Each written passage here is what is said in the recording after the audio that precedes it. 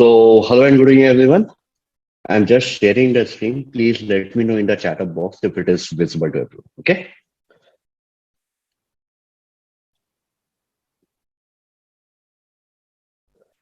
Okay. So is the screen visible to everyone? Do let me know in the chat box.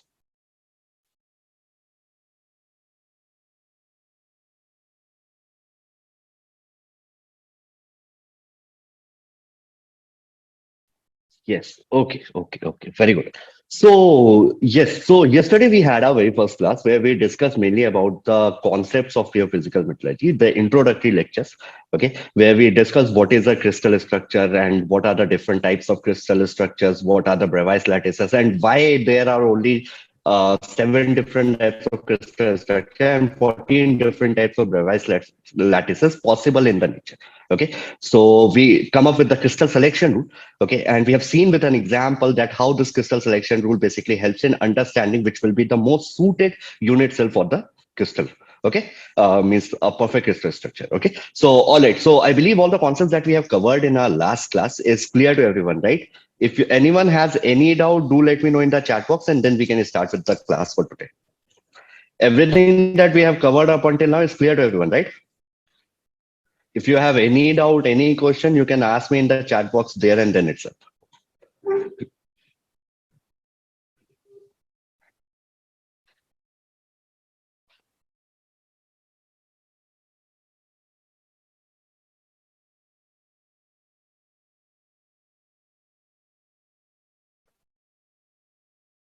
Okay. All right, so moving ahead, let us see. It means in your GATE syllabus, you mainly have to focus over your cubic crystals. Okay, so we are going to see your cubic crystal in details. Then, along with this, you also need to understand your hexagonal closed pack system, that is your HCP crystal structure, which I will be taking a separate lecture where I will complete up all the HCP cases. That is, what is your HCP crystal, how it is formed, what is the different parameters of your HCP, what are the planes and directions, and all these different indices, Miller indices, and everything. I will be covering for the HCP as a different lecture. Okay, so mainly we will be focusing over the cubic crystal in this class, and we'll see what are the different types of voids and everything related to it. Okay, so let us start with our cubic crystal today. Okay, our very first concept for the day is your cubic crystal. We will start with your cubic crystal, and we'll see that what all things are necessary in order to understand your cubic crystal. Okay, just a moment.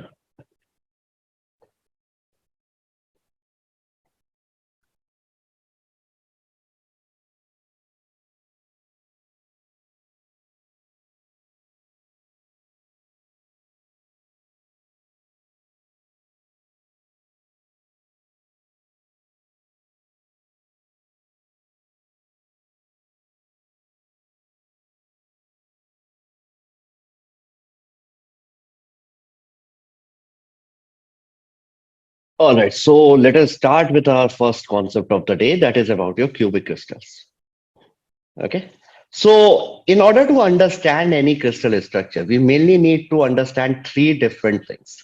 Okay, the very first thing is the number of lattice point per unit cell, that is the effective number of atoms or molecules which are present inside your unit cell. Okay, so our very first target will be to understand or analyze the number of lattice points. Number of lattice points.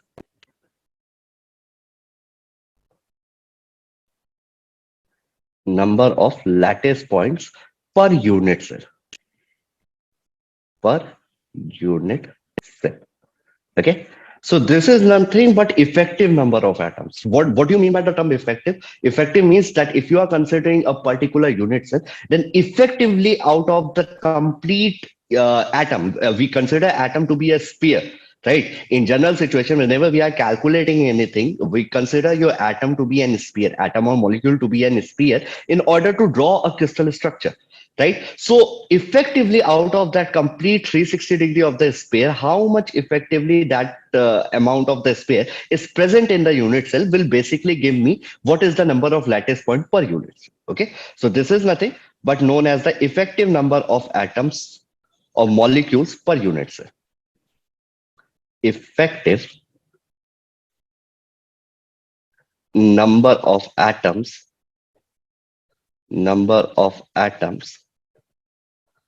or molecules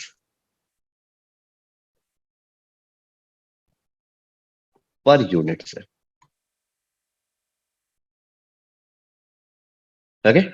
So let us do one very small question in order to understand this. So this is what? This is question number 2, right? We did our question 1 yesterday. So we'll be continuing that series. Okay, so this is question number 2. So I'm just drawing out some figures. I want you guys to tell me the answer of the effective number of atoms which are present inside the unit cell. Okay.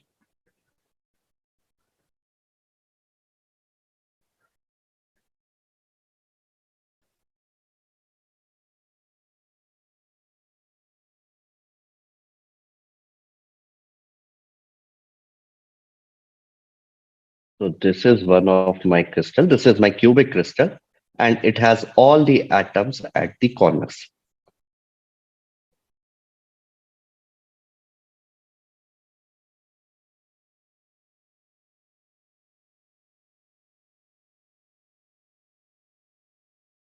Okay.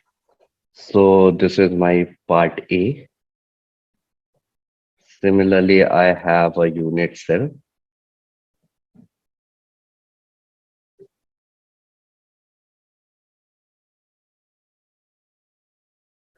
Okay. Do not consider much about my drawing. It is a bit difficult to draw online over here.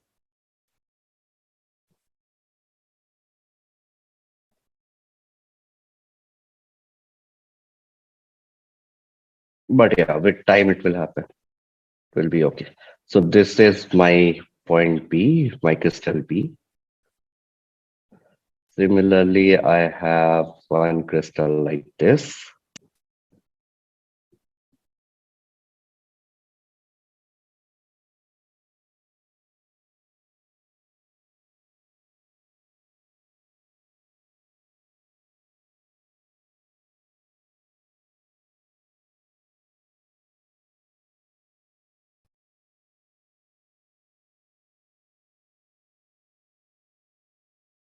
Okay, so the atoms are present all at the face centers over there.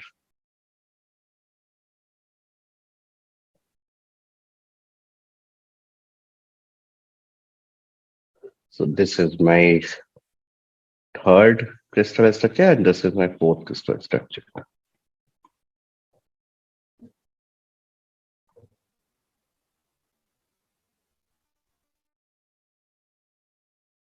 Okay, now I want the effective number of atoms, or the what you say, the number of lattice point per unit cell in each of these 4 different cases. Okay, I'm just drawing the fourth one. Meanwhile, please calculate. Okay, find out what will be the effective number of atoms in each of these cases. Okay, the atoms are at the edges.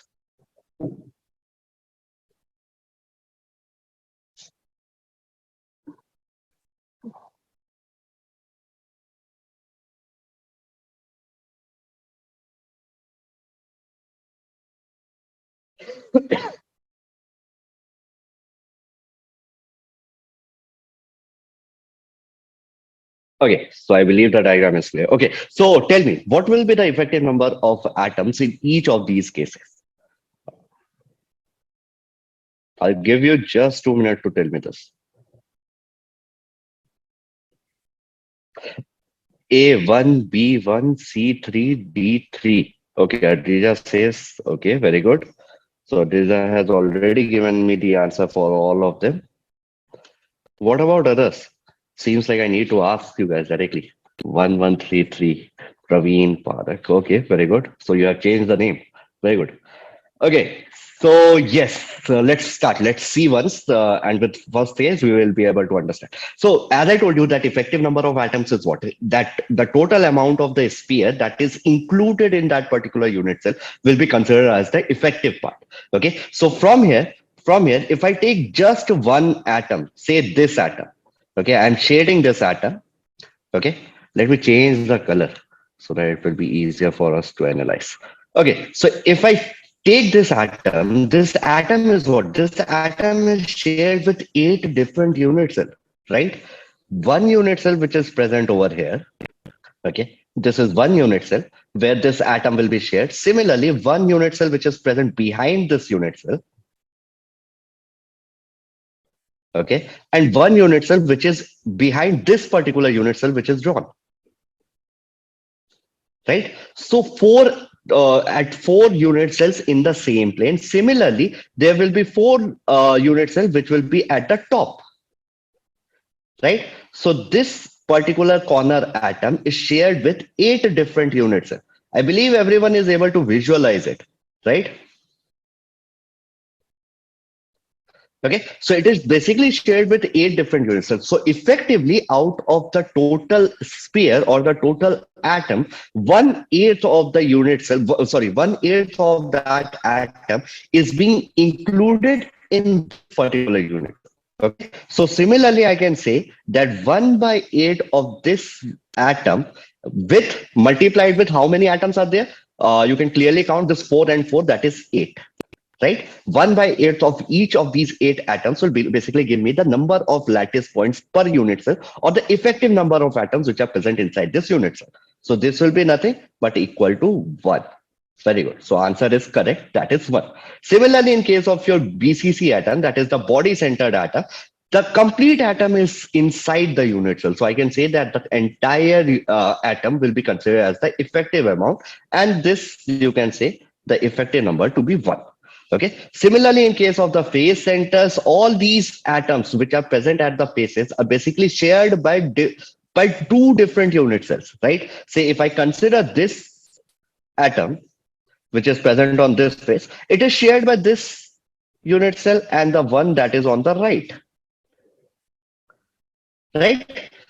So each of these, similarly, each of these atoms which are present on different faces are basically shared by two different unit cells. Okay, so I can say that half of this one atom is effectively inside this unit cell. And how many atoms are there? Basically, there are six different atoms, right? So this will give me my value to be 3. Okay, so effectively, I can say that there are three atoms inside this unit cell. And what about this edge center? Means edge centers, the atoms present at the edge centers. Similarly, each of the edge are also shared by four different unit cells, right? Each of the atoms which are present on this edges are basically shared by four different unit cells. You can see, say, if I consider this atom, one unit cell which is in the right of this unit cell, similarly one at the back, and one on the means this, if I consider this as to be my first one, so this is my second, this is my third, and this unit cell will be my fourth, which will be sharing this particular atom, right? Because the edge is being shared with all these four unit cells. Okay, so effectively I can say that 1/4 of this atom will be inside my considered unit cell. And how many atoms are there? Basically, there are 12 of them. So this will be nothing but equal to 3. The effective number will be equal to 3. Okay, so this is how you basically calculate the number of lattice points per unit cell. Is it clear to everyone? Okay, very good. So the students who have already given me the answer. Okay, very good. I want the answer from everyone. Okay, take your time, but please consider that you need to answer all these points. Okay, because if you understand along with me, then it will be very easier for you to solve the questions. Along with this, you can also, if you have any doubt, if you face any problem, you can easily ask me then and then. Okay, so this is the very first thing that you need to understand in your cubic crystal, that is to calculate the effective number of atoms inside the unit cell. Okay, the second part is about the coordination number. Okay, that is, coordination number is nothing but the nearest neighbor. Basically tells us about the nearest neighbor which are present inside the unit cell. You can note this down. Okay, we'll see when we'll be discussing about the cubic crystals. Okay, so the second point will be basically related to the coordination number. Coordination number.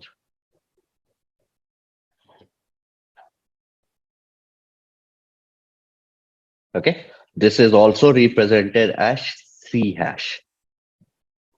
Okay, so coordination number is nothing but the nearest number of neighboring atoms for a given crystal. Nearest number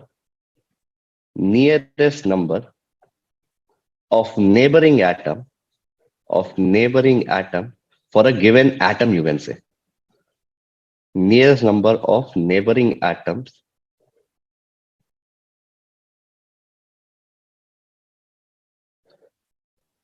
for a given atom. For a given atom. Okay, so the coordination number is basically tells us about the nearest number of neighboring atoms for a given atom. We will see when we will be discussing about the Bravais lattices of the cubic crystal. That is your simple cubic, your face-centered, and your body-centered cubic crystals. Okay, so this is all what we need to calculate. Along with this, the third point that we will be calculating will be its atomic packing fraction. Okay, the third point that we will be calculating will be its atomic packing fraction.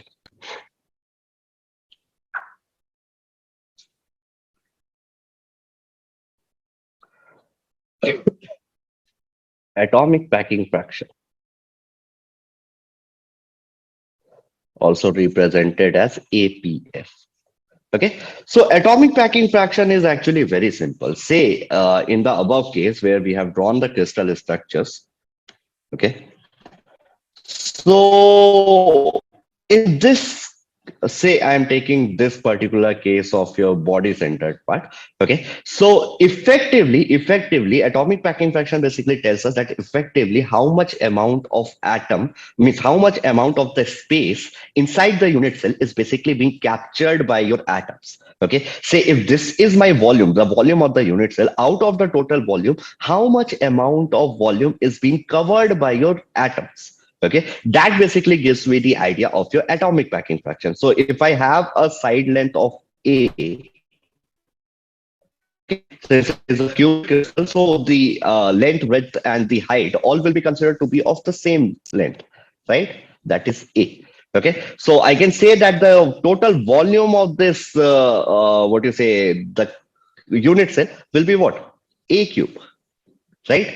And if I consider that the atom is basically a spherical in nature, means it is a sphere that is present inside my unit cell. So having a radius of r, this r is the radius of the atom which is present over there. Okay, then effectively I can say that the volume of the means the volume covered by this sphere or volume covered by the atom will be what? It will be nothing but 4 by 3 pi r cube, right? Simple volume of the sphere you can use in order to determine what will be the effective amount of volume covered by the inside units, right? And your atomic packing fraction is nothing but the volume covered by the atom divided by the total volume. Okay, so for the atomic packing fraction, you can say that this will be nothing but the volume covered by the atom, that is 4 by 3 pi r cube, divided by the volume of the unit cell, that is A cube. Okay, I believe all these concepts you must have already studied in your bachelor's, right? We are just simply revising them so that we can have a effective lectures further on. Okay, so you can note this down. You can directly write down the formula for your atomic packing fraction. Your APF is nothing but the volume of effective number of atoms in the unit cell. Volume of effective number of atoms. Effective number of atoms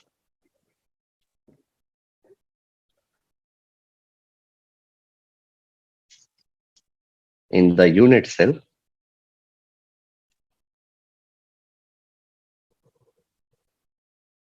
divided by the volume of the unit cell.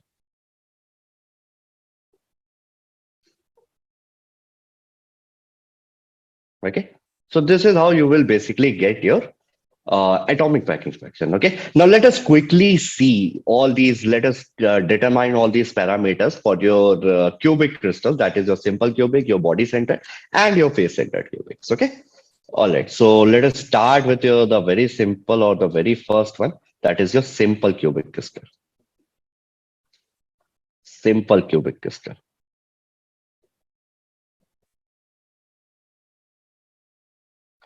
Okay, so I will just draw the crystal first. Okay, so since we have already discussed what is meant by each of them, I want the answers directly from you guys. Okay, so start giving me the answer. Start calculating. Meanwhile, I'm drawing it. Then start calculating what will be the values of each of them.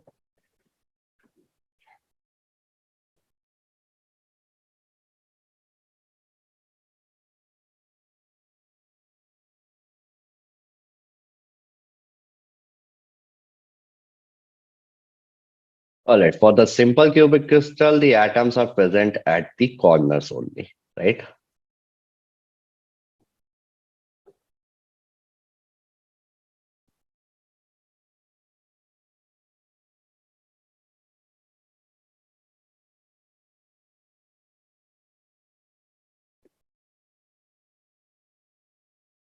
All right, so let us calculate. The very first part, what will be the effective number of atoms per unit cell? We have already calculated this, right?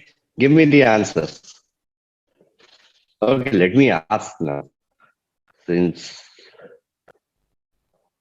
okay, so I want this answer from okay, Saloni. Tell me, I want this all the answers of simple cubic from you. Praveen says 52. Okay, very good. We'll see. Saloni, tell me, what will be the effective number of atoms?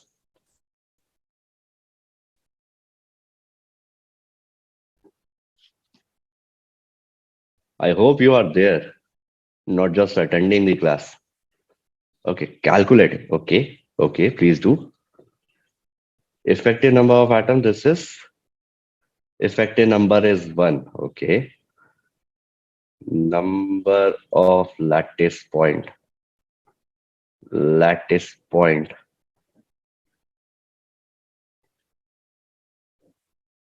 per unit cell. That is the effective number of atoms.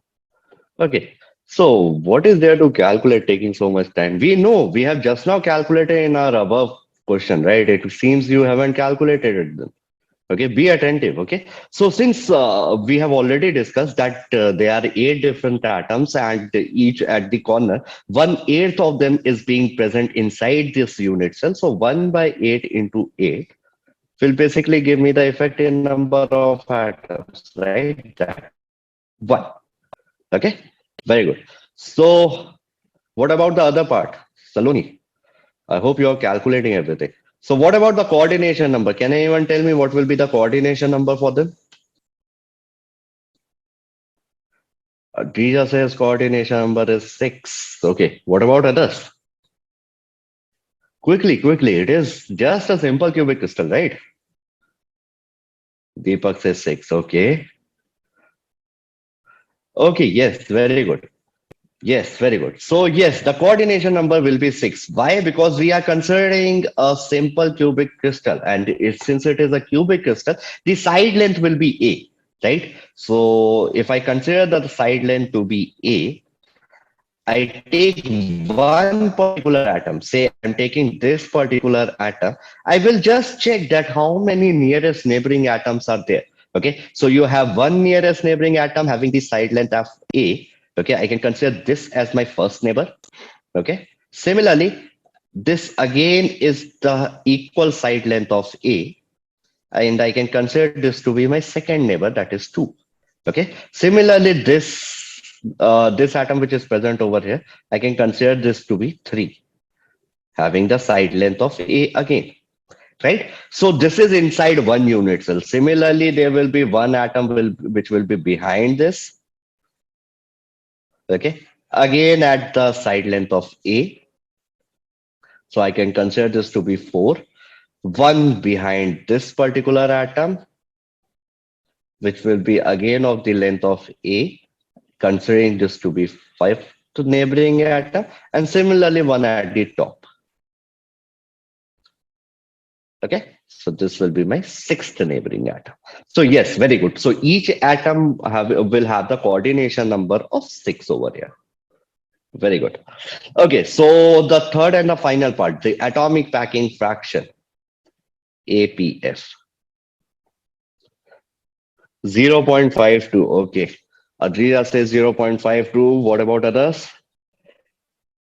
52%. Yes, very good. So, yes, very good. To be very precise, it will be 50 point to 52.38%. Let's calculate this. Okay. Very good. So, this atomic packing pattern, as I told you, will be what? This will be the effective volume of the atoms present inside the unit cell upon the volume of the unit cell, right? So, I can say that effectively, there is one atom which is inside this complete unit cell, right? So 1 into the volume of that atom, that is the volume of that sphere. This will be 4 by 3 pi r cube, considering r to be the radius of the atom. R to be the radius of atom. Okay. Divided by the total volume, that is A cube. Right? Now, since there are two different parameters, that is R and A, which are different, okay, so we need to find out a relation, right? Now, yesterday I told you one very big statement in your crystal structure, that we consider your crystal structure to be made up of two things, your motif and your lattice, right? But in the actual scenario, the atoms are touching each other. There is no particular concept of your lattice in that. That is, you do not have any lines which they interconnect the atoms in order to form a crystal structure. Okay, but in originality, the atoms, they basically touch each other in order to form a particular crystal structure.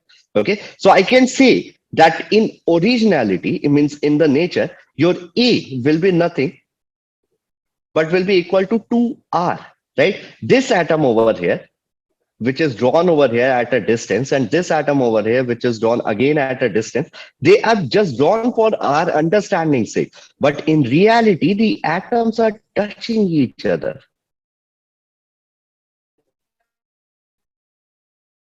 They are like this, right? And this distance is basically known as your A, or the lattice parameter. Okay, so you can say that your A in this case will be nothing but equal to 2R. That is the relation for your simple cubic. It is a very important relation. Please note this down. Okay, you need to be very clear with the relations, not only just for your simple cubic, but for your BCC and FCC. Okay, it should be like you need not to remember or calculate what will be the values, but directly put up these values in order to save the time for the process. Okay, so considering A to be equal to 2R for your simple cubic case, you can directly change this formula to be 4 by 3 pi r cube divided by 2R cube. Okay, so this will be what? 4 pi r cube divided by 3 into 8 r cube. Right, so this r cube will cancel, and 4 pi by 3 into 4 pi by 24. So this will be what? This will be 2. Okay, so pi by 6. This will be nothing but 52.38% or 0.5238. Okay, if I multiply with 100, so this will be in the percentages. So 52.38%. Now, what does this tell? That out of the 100% of the unit cell, only 52.38%, or in general terms, 52% of the unit cell is covered with atoms. Okay. So the remaining portion is what? It is nothing but your vacancies. Okay. So this is all about the simple cubic crystal. I believe everyone is clear with the concepts of your simple cubic. Now let us quickly jump on to the next part. That is your body centered cubic. Okay. All right. So Saloni has already given me the answer. This time, who is going to give me? Let me see. Okay, Hari is going to tell me all the answers for your body centered cubic. Okay. All right. So your second part is body centered cubic. I want everyone to calculate meanwhile.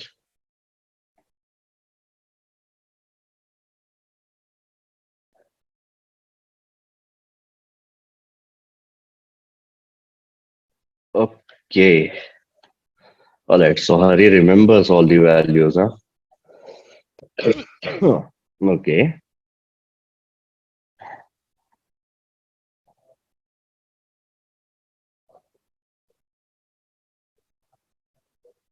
With 68, 2, and 8. Okay. Very good. All right, so let us calculate. Let us check.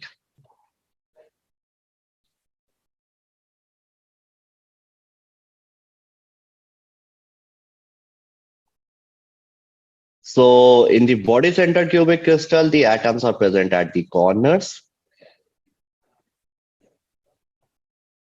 Along with this, the atoms are also present at the body-centered position. Okay, that is at the center. Okay, this is the same atom and just shading it for us for our understanding sake. Okay, so this is the body center. Now let us calculate what will be the effective number of lattice point per unit cell. Effective number of atoms inside the unit cell.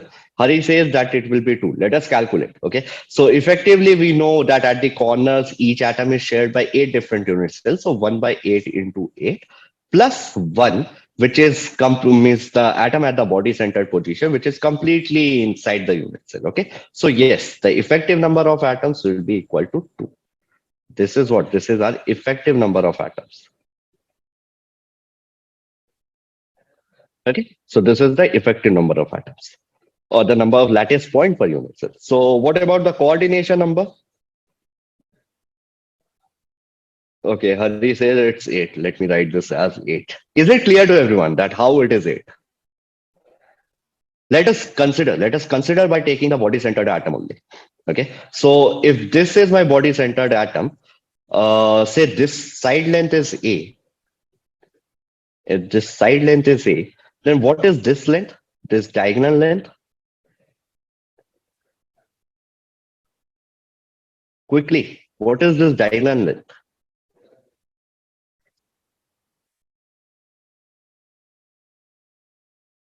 Root 2a. Yes, very good. This is what? This is nothing but root 2a. Right? Apply your Pythagoras theorem and you will be easily able to calculate. Say this is a, if I take this also as a and apply the Pythagoras theorem, so I can easily say that this diagonal length will be root 2a. Okay. Similarly, if I ask you what is this body diagonal length? What is this body diagonal length? Root 3a. Yes, very good. So this will be root 3a. Okay, so this will be my root 3a. Okay, now considering this atom which is at the body center position, let us calculate what will be the length for each of these sides. Okay, from this diagram itself, you can understand that if the atom is present at the body centered position, it is equally positioned from all the corner atoms, right? And all the how many corner atoms are there? There are 8 different corner atoms. So definitely you can say the coordination number will be 8. But let us physically calculate what will be this value in order for our understanding sake. Okay. So say if this, we are calculating this length. Okay. So this will be what?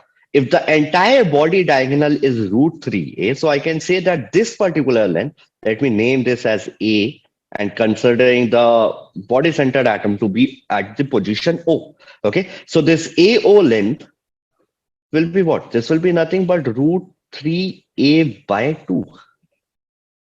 Right? Root 3a by 2 will be the position. Means the distance between A and O. Similarly, if I name all the atoms, the corner atoms,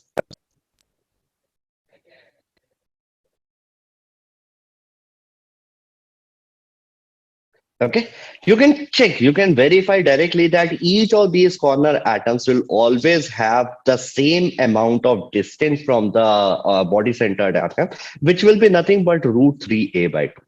Okay, so I can say that the coordination number will be nothing but equal to 8. Okay, all right, so it was easy enough for our understanding, right? So moving ahead, let us see what will be the atomic packing fraction, APF. Okay, before calculating the atomic packing fraction, I want to know what will be the relation between your lattice parameter A and your radius of the atom. What will be the relation between them? In order to determine that, it is actually very simple. You need to check which of these diagonals have the highest linear density.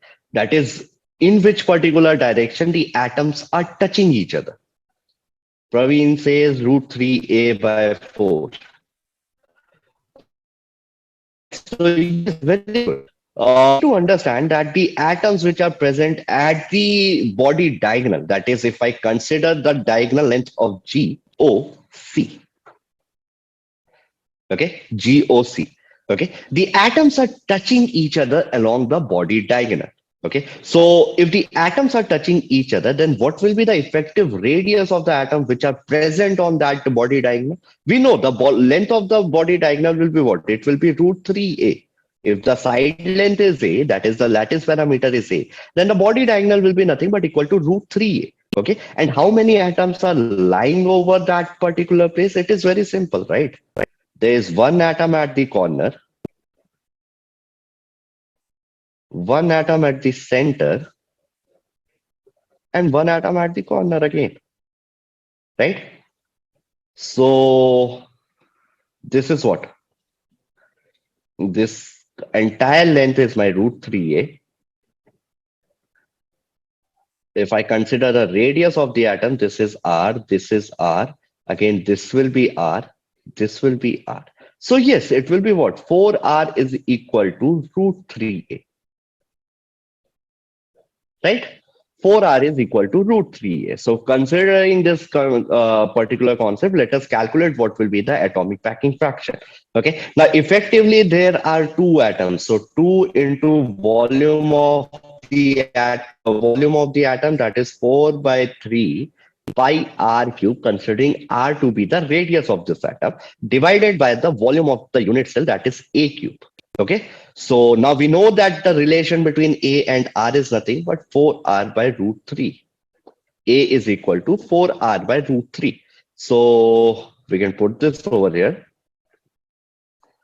This will be 2 into 4 pi R cube divided by 3 into. So if I take this 4 into 4 into 4, 64 basically, into r cube, and this root 3. So this will be what? This will be 3 root 3.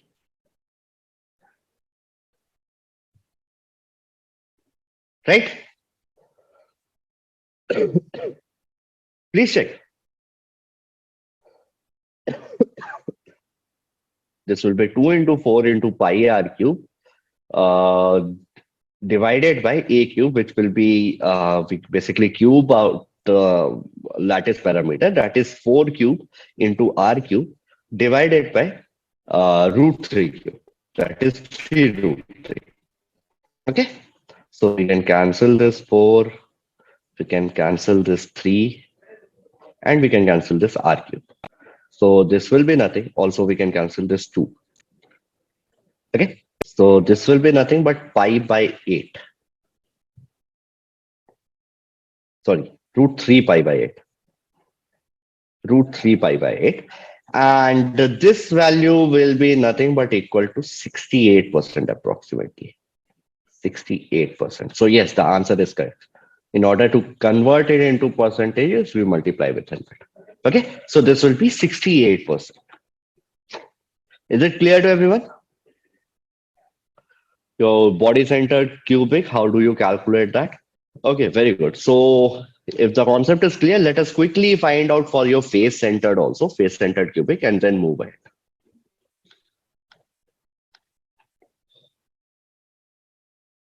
I believe my pace that I'm taking, is it okay with to everyone? Everyone is able to understand, right? If anyone wants me to go slow, do let me know in the chat box.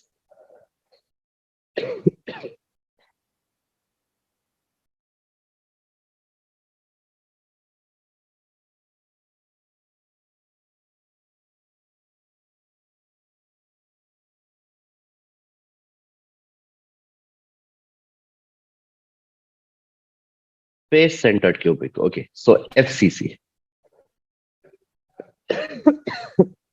Sorry, there's some issues with the writing pad. Okay. So, all right, tell me about the face centered cubic. Uh, I want Deepak to tell me all the answers for this part. Okay, I'm just drawing the face centered.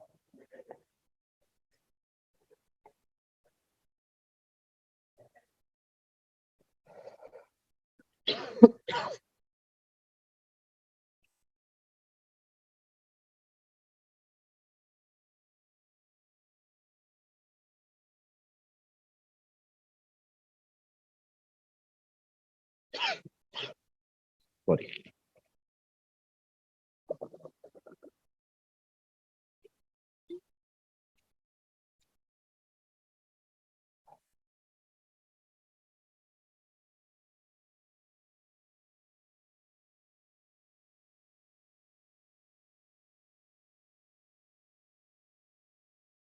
Okay, so the atoms will be present at the corners and the face centered position.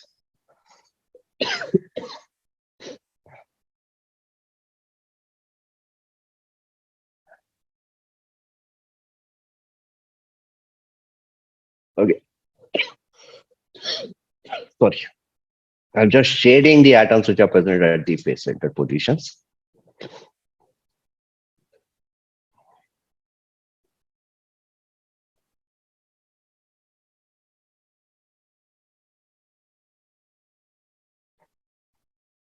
Okay, yeah. So, okay, Deepak has already given me the answer as effective number to be 4, coordination number 12, and atom packing fraction to be 74. Okay, very good. So the answers are correct. Let us quickly check this out. Okay. So our very first part will be the effective number of atoms.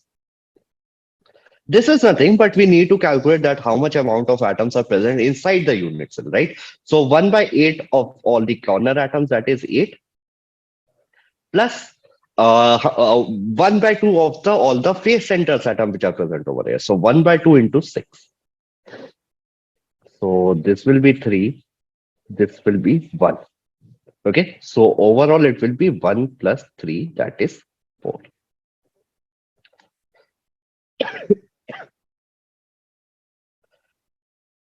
All right. So the second part is the coordination number. Coordination number, as Deepak says, is equal to 12. Okay. Is it clear to everyone that how it is 12?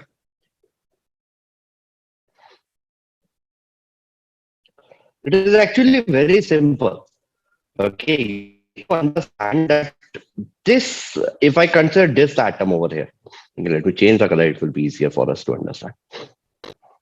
Okay, so if I consider the face centered atom which is present at the bottommost position, okay, so all the atoms which are present at the corners of that bottom face, that is this atom, this atom, and this atom, they are at the equal distances, right? I can say so, right? Because if my face center means the face diagonal, the entire face diagonal is nothing but equal to root 2a, right? So if my entire face diagonal is root 2a, so what is this length? This is nothing but a root 2a by 2.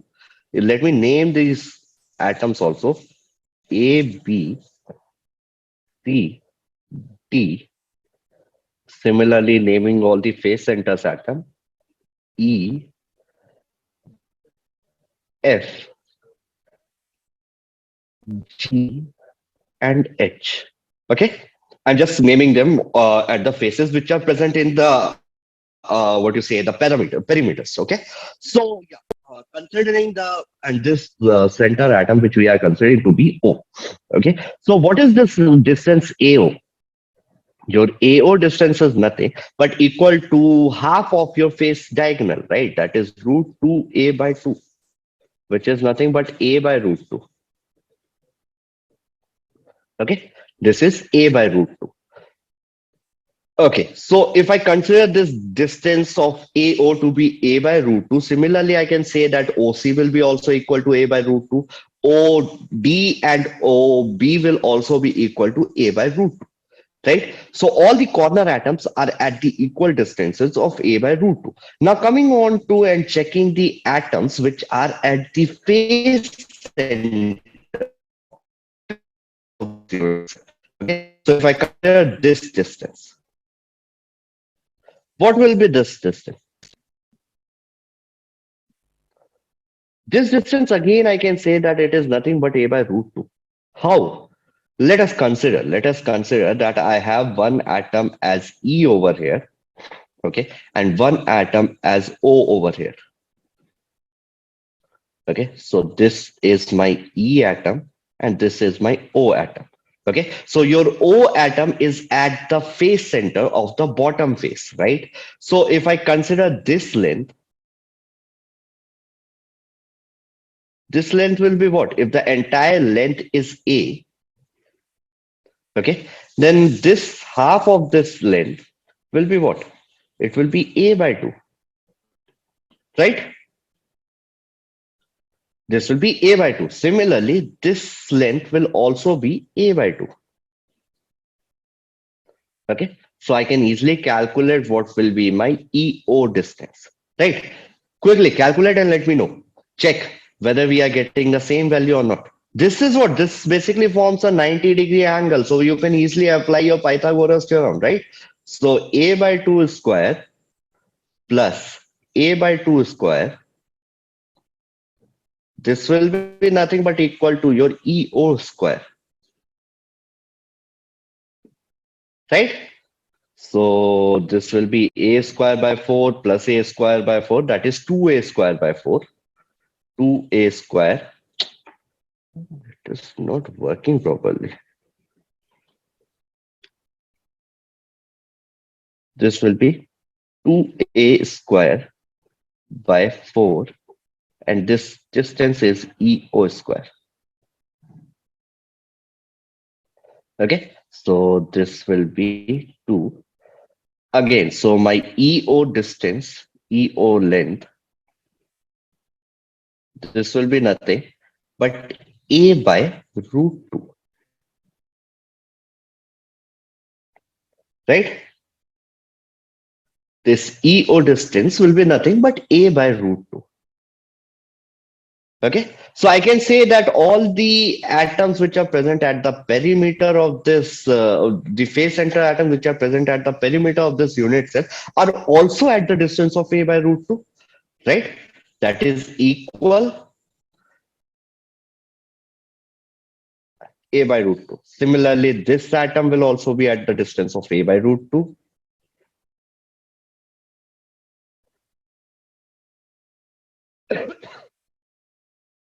Okay, too much. Sorry. Okay. And similarly, I can say all the face center atoms which are present at the unit cell which are below this. Okay, there will be a unit cell which will be right below this, right? And there will be face center atoms here also in the perimeter of this unit cell.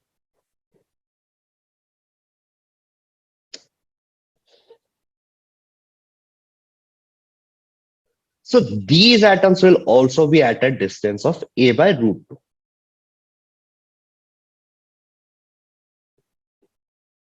Right? So calculating the total effective number of effective number of nearest neighboring atoms will be nothing but equal to 12. Is it clear to everyone? Please let me know in the chat box if you want me to repeat this concept of coordination number for FCC crystals. Do let me know in the chat box. Is it clear to everyone? That how does the coordination number of 12 has come for the FCC crystals?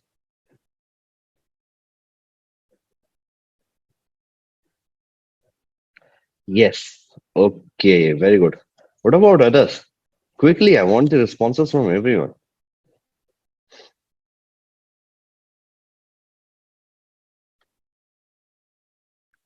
Okay.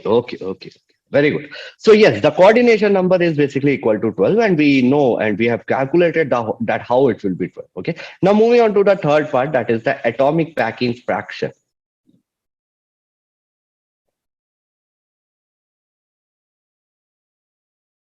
Okay, your atomic packing fraction is nothing but before calculating the atomic packing fraction, and we need to understand what will be the relation between the radius of the atom and the lattice parameter, that is A.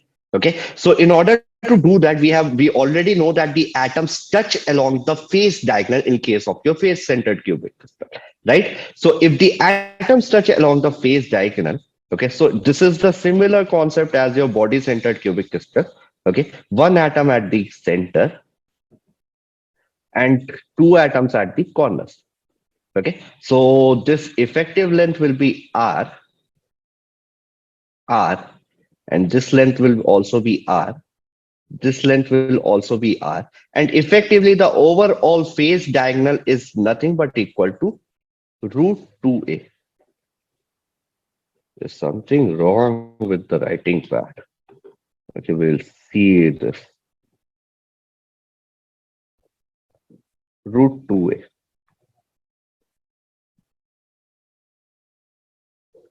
Okay, so we can say that the relation between a and r will be nothing, but for r,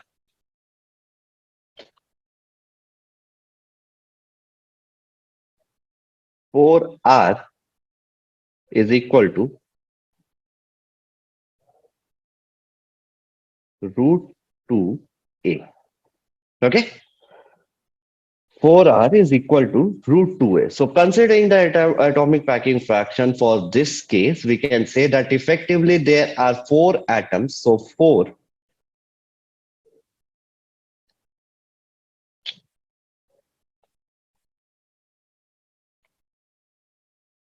So this will be 4 pi, sorry, 4 as the effective atoms multiplied by the volume of these atoms, 4 by 3 pi r cube divided by the volume of the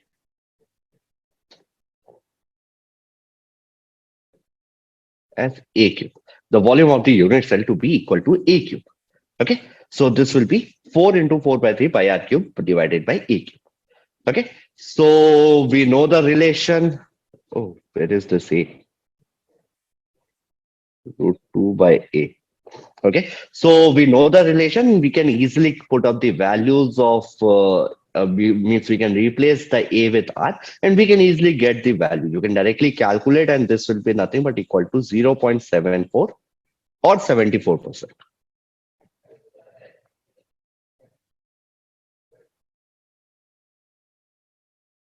74%. Okay. All right, so this is all about the cubic crystal, that is Bravais lattices of the cubic crystal. We have clearly understood all the concepts. Okay, now let us move on to the next part. We will be covering, although I needed to consider or calculate the hexagonal part as well, but we will be covering this hexagonal part in our upcoming lectures, where we'll see all the different parameters, all the different values, and all the different concepts of your hexagonal close packed plates in a single class itself. Okay, so moving ahead, let us move on to the next concept. The next concept is basically related to the directions and planes inside a cubic crystals. Okay, now this directions and planes are very important for us to understand, because mainly we will be able to understand what will be the position of each of the directions, along with what will be the Miller indices of different planes. And based upon that, there are many questions that can be directly solved by just looking at the units. Okay, if you are thoroughly clear with the directions and planes and what are the relations between them, you can just check at the question and you can directly solve all these problems related to it. Moreover, this concept is important because mainly when we will be discussing about your mechanical metallurgy lecture, okay, there the identification of the planes or the identifications of the directions inside the crystal structure is very important. Okay, so we'll be not just for the physical metallurgy, but throughout our metallurgical syllabus, we need to understand what will be the position of the atoms which are present at a particular distances, or what are the Miller indices of a particular plane by which it is basically being indicated is very important for us to understand. Okay, so let us start. Let us start with the next concept, that is the directions and planes in the cubic crystals. Okay, our next concept the directions and plane. Okay, there's something wrong with this.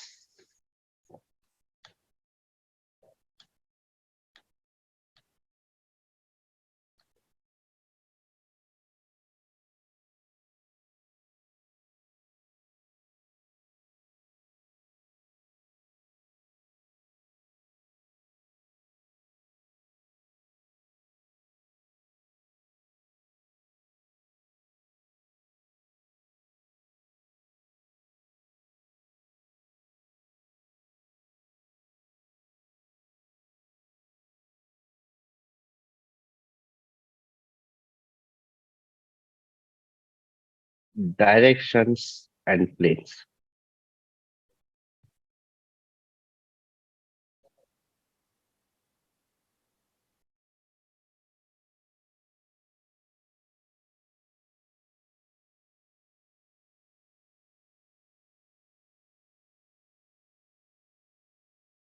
In the unit cell.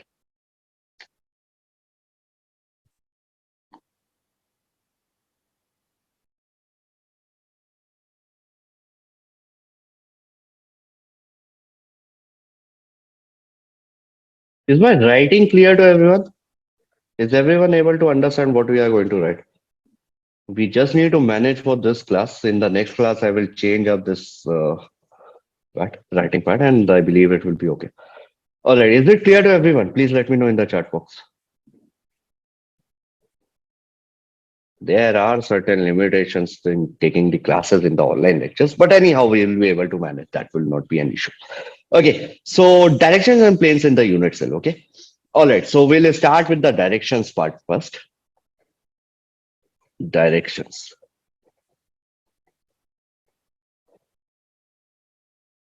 Directions.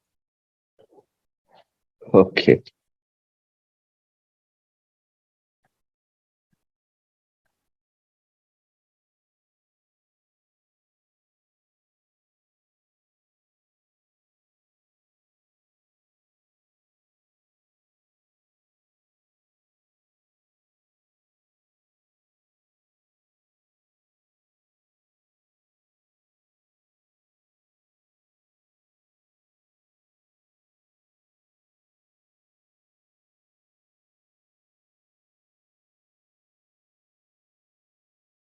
Okay. Just manage it for a day, and then we'll see. Okay, so in case of your directions, it is actually very simple. Your directions they are inside your unit cell is basically represented by your vector quantity. Okay, so let us draw and then understand. Say this is my unit cell.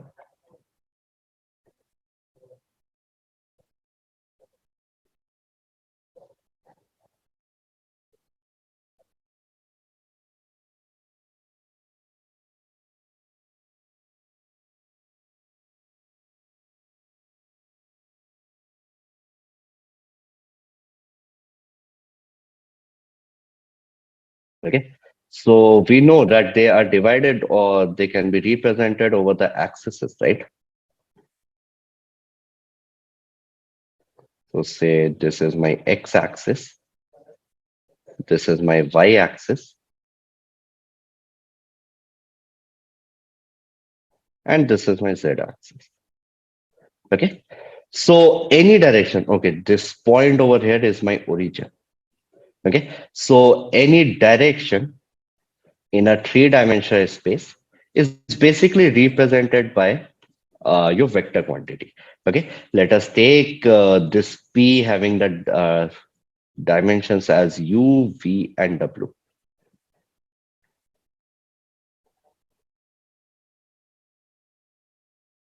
Okay, all right, so you can note these down, some points related to it.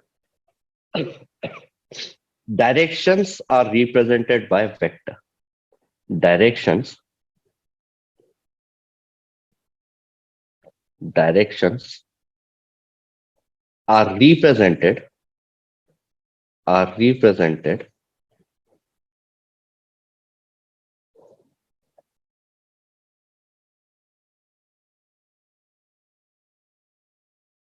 by vectors.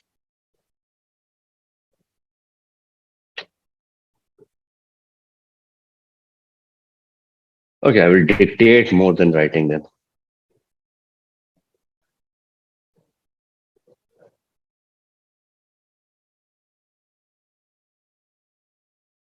Okay, so your directions are basically represented by vectors. So I can say that your distance or the direction r in this case, okay, your r vector, it is what? It is nothing but ui. I is the unit vector along x-axis plus vj, that is the unit vector along y-axis plus wk, okay, which is the unit vector along z-axis. Okay, so this is how you basically represent the direction inside your unit cell. Okay, now the family of directions are basically represented by the this kind of a bracket. Okay, so you represent u v w with this closed brackets, and this is basically this is what how you represent the family of directions. Okay, so this is actually very basic things that you need to understand and how it is represented. So these are some general concepts about the directions. Now, moving on to the rules which are associated for the directions, we need to understand them. Okay, so the very first rule is that if two directions inside the unit cell are parallel, okay, so if you have two directions which are parallel to each other inside the unit cell, you can note this now. If u1, okay, another thing, the directions are represented inside the square brackets. Okay, so this is my square bracket. Okay, u1, v1, w1. This is my square bracket. If u1, v1, w1 and u2, v2, w2 are parallel to each other, and okay, it seems like we will not be able to effectively understand u2,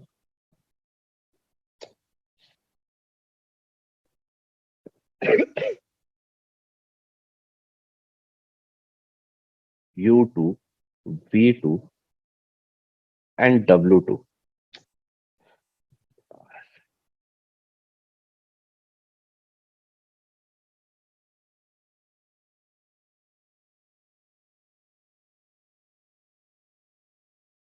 If u1, v1, w1 and u2, v2, w2 are parallel to each other, these are the two directions which are inside the unit cell and they are parallel to each other. Then what will be the relation between them?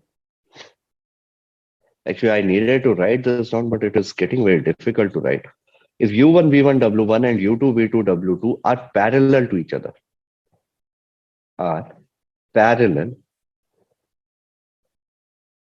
Okay, do one thing. Give me a break of 5 minutes. Let me just change. Let me check the other pens as well.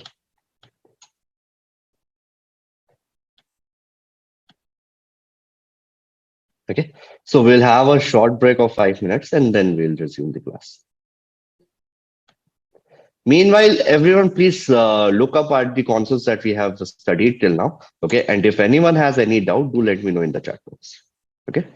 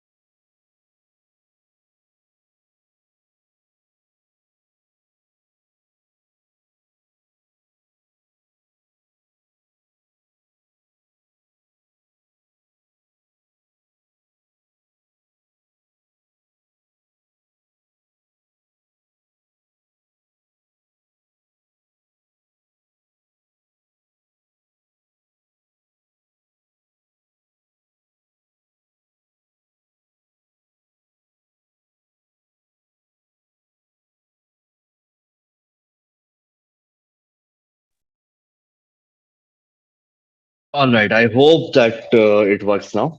Okay, so with the very first rule that we were discussing about the directions is that if U1 V1 W1 and U2 V2 W2, they are parallel to each other. If U1 V1 W1 and U2 V2 W2 are parallel. Okay, so yeah, it is working perfectly. What is the relation between the two of them? If the two directions are parallel to each other, what will be the relation between two of them? You can directly note down the relation. Okay, the relation will be nothing but U1 by U2 is equal to V1 by V2 is equal to W1 by W2. Okay, so this is the relation between the two directions if they are parallel to each other. Okay, so if the two directions are parallel, the relation between the two directions will be given by U1 by U2 is equal to V1 by V2 is equal to W1 by W2. Okay, so this is our very first rule. And please remember, people, I have seen many people who openly get confused and they make this general mistake. Okay, that is they consider the numerator to be of one direction and the denominator of to be of the different direction, to the other direction. But people openly mix them. Okay, they write U1 by U2 is equal to V2 by V1. No, that is a completely wrong concept. Please remember all the what you say the parameters of the single direction at the numerator will be same, and the parameters of the means the other direction in the denominator will be same. Okay, so the rule will be U1 by U2 is equal to V1 by V2 is equal to W1 by W. Okay, so this is our very first rule. Similarly, if two directions U1 V1 W1 and U2 V2 W2, they are perpendicular to each other. Are perpendicular to each other. Okay, that is, if I have two directions, one direction is this U1 V1 W1, and the other direction is like this, perpendicular to each other as U2 V2 and W2. Okay, then what will be the relation between the two directions? It is very simple. You just need to take their dot product, and that dot product will be basically equal to 0. Okay, because the angle formed between them is what? The angle formed between them is 90-degree, right? And the dot product of the two vectors, if they are at the 90-degree, then definitely it is equal to 0. Okay, so considering that value, you can directly write U1 into U2 plus V1 into V2 plus W1 into W2. This will be equal to 0. So this will be the relation between two directions if they are perpendicular to each other.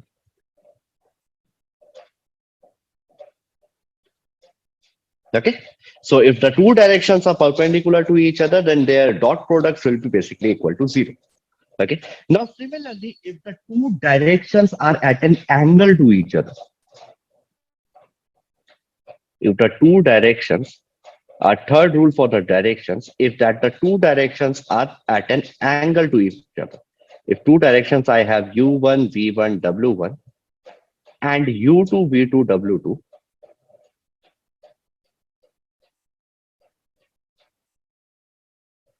are at an angle,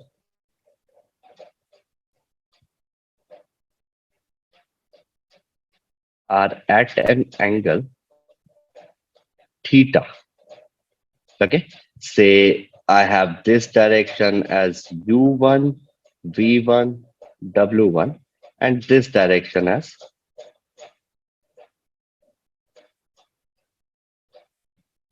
U2 V2 W2, and this angle formed between the two direction is theta. Okay, so you can directly calculate this value as theta by taking the dot product of the two. Please remember, whenever you are taking the dot product, it basically gives you a normalized value, the value in the center. Okay, and whenever you are taking a cross product, it basically gives you a perpendicular value.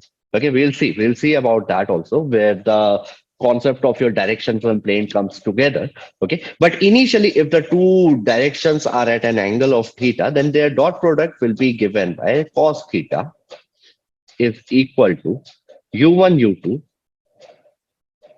u1 u2. Okay, it is still not working very properly, but okay, we can manage for today. Plus w1 w2 whole divided by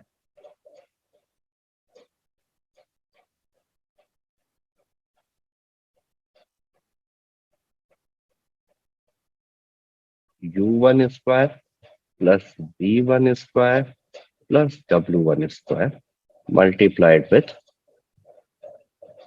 u2 square plus v2 square plus w2 square. Okay, so this is how you calculate the angle between the two directions. Okay, please note this down.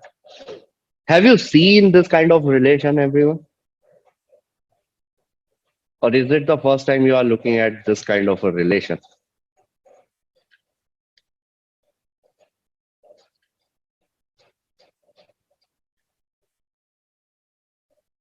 This is just a very general concept of calculating the angle between two vectors, right?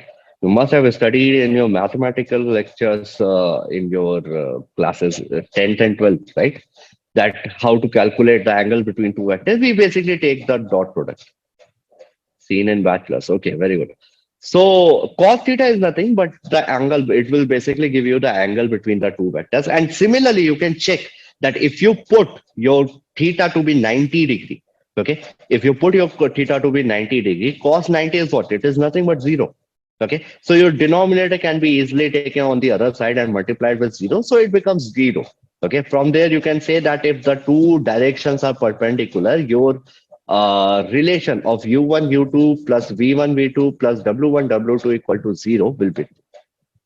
Okay, so this is all about the directions and certain rules that you need to follow in order to understand the relations between the directions. Okay, now moving on to the next part, that is about the planes. Let us understand quickly. Let us see about the planes. What are the general rules for the planes, and how do you determine about your Miller indices in the planes? Okay. Okay, I will give you a technique by which you will never get confused in order to determine the Miller indices of any particular plane in a cubic crystal. Okay, so let us find out. The next concept is basically related to the planes. Okay, so our very first rule will be basically in order to determine the Miller indices. So your planes are represented by your Miller indices. Planes are represented by Miller indices.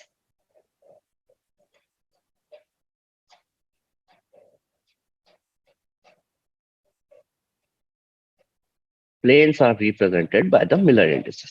Now, we'll take a small example, and based upon that example, we'll see how to calculate these Miller indices. Okay, you will follow the same steps, and you will never get any wrong answers, or you will never make any mistakes in calculating the Miller indices of the material of the crystals, basically. Okay, so let us take one arbitrary plane inside a cubic crystal.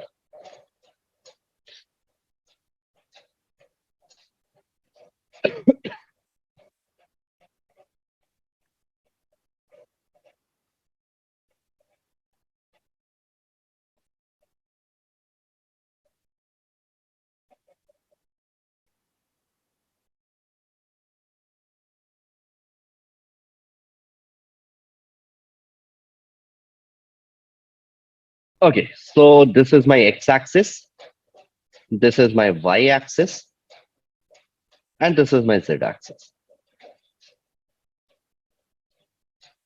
Okay, so if I ask you to calculate the Miller indices of this plane, the front plane, what will be this?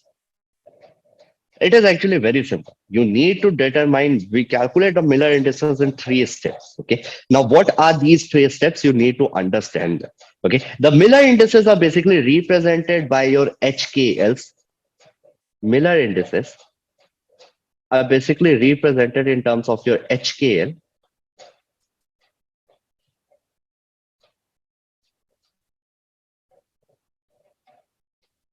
and enclosed in a curved bracket. Okay. So for your directions, you use your square brackets, whereas for your planes, you basically use your curved brackets. Okay. So this is basically represented in terms of your HKL, and the family of your Miller indices are basically represented by curly brackets, HKL. Okay. This is how you represent the family of planes by using the curly brackets of HKL. Okay. All right. So this is some very basic concepts. Now, in order to calculate what will be the Miller indices for any particular plane which is given, you first of all need to follow three steps. The very first step is to determine what will be the intercept. Intercept. Okay. Determine what is the intercept. So in order to do so, write down the axes X, Y, and Z. Always follow this particular method, and you will never make any mistakes in determining what will be the Miller indices for any particular plane which is asked to you in the questions. Okay, so if I determine this intercept, your X, what is the intercept on X? If this is my X axis, the plane basically intercept at this distance, right? This distance. The plane intersects my x-axis at this distance. So let me name this distance as A over here. Okay. So the intercept on the x-axis is A. Similarly, what is the intercept on my y-axis? Can anyone tell me? Quickly, I want the answer from everyone. What will be my intercept on the y-axis for this particular thing? Deepak says B. Adriya says infinite. Okay. B. Deepak, please understand, this is the cubic crystal we are talking about. So the lattice parameters in side lengths, basically, they are what? They are A is equal to B equal to C, right? So there is no B in this. Along my y-axis, I'm talking about the plane. Another thing, please understand, the intercept we are calculating is for the plane. What about others? Only Adrija has given me the answer as infinite, and Deepak has given me as B. Anyway, so what will be the answer?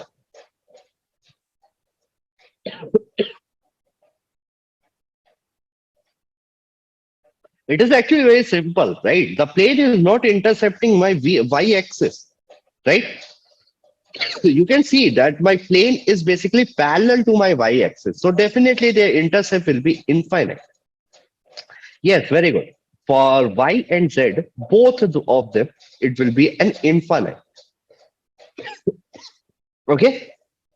So the very first step that you need to calculate was your intercept. We have determined what will be my intercept. Now the second step is basically to reciprocate them. Okay, you need to take a reciprocal of them. Reciprocal. Okay, so you take the reciprocal. So this will be what? This will be 1 by A, this will be 0, and this will also be 0. 1 by infinity is what? It is nothing but equal to 0. Right?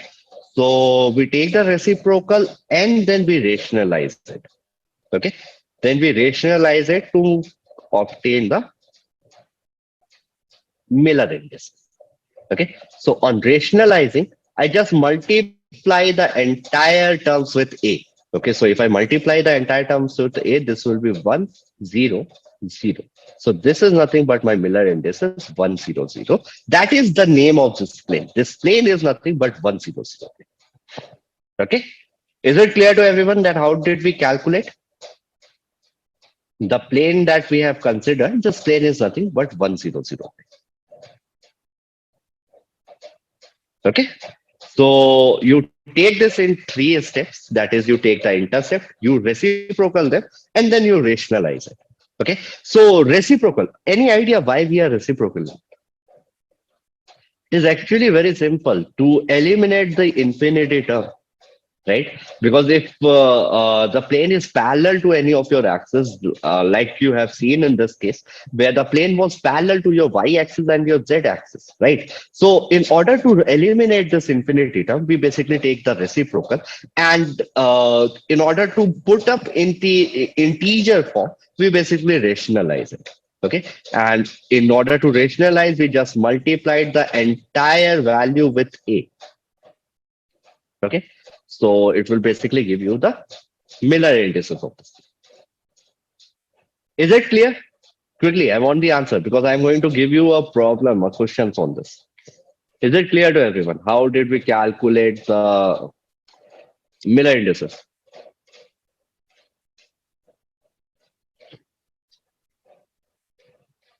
Yes, yes. Okay. So we'll quickly see one question, okay, and then move on to the next part. Some rules related to it. Okay, so this is my question number 3. Okay, find the Miller indices of the given plane. Find the Miller indices. Find the Miller indices.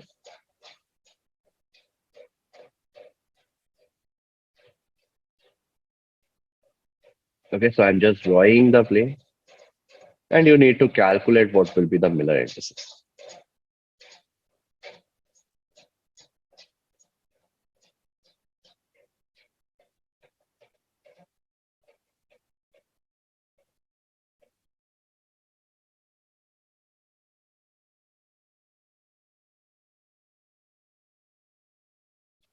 Huh.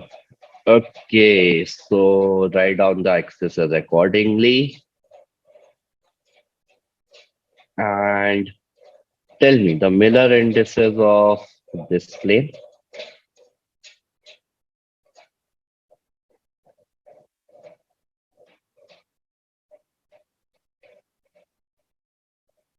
Okay, so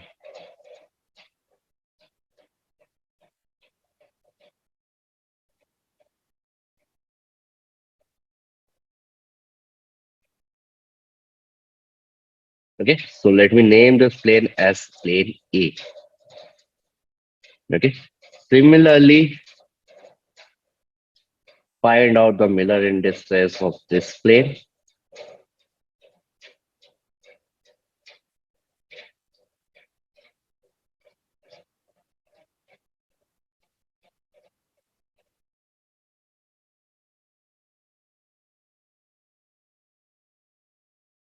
This is my plane B.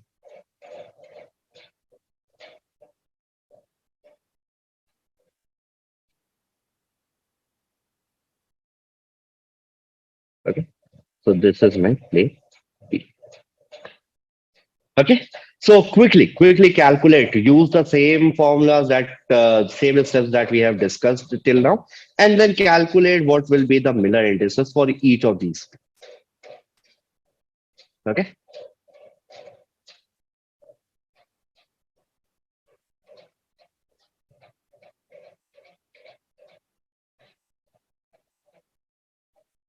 I'll just give you 2 minutes to answer both of them.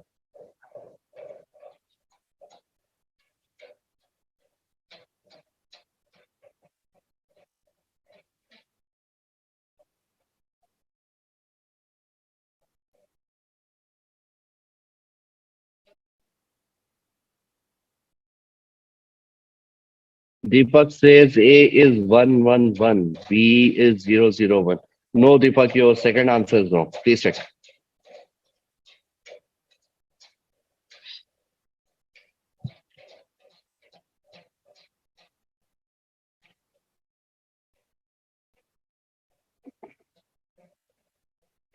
Parag says 111. Okay.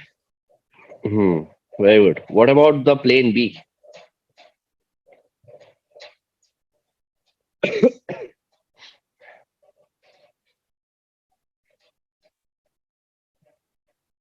Praveen says 000. Praveen, will that be even a plane? That will just be a point, right? It is a bit of a tricky thing. You need to understand.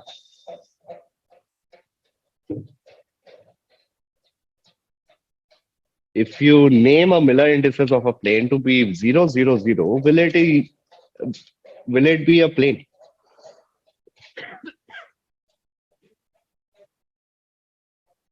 Huh.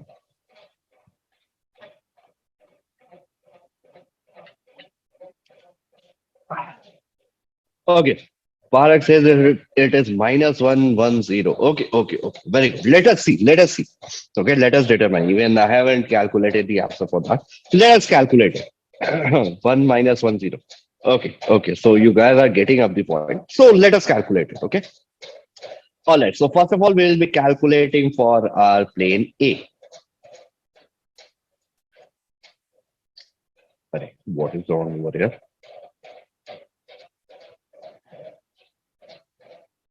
Okay, so initially we'll be calculating for your plane A.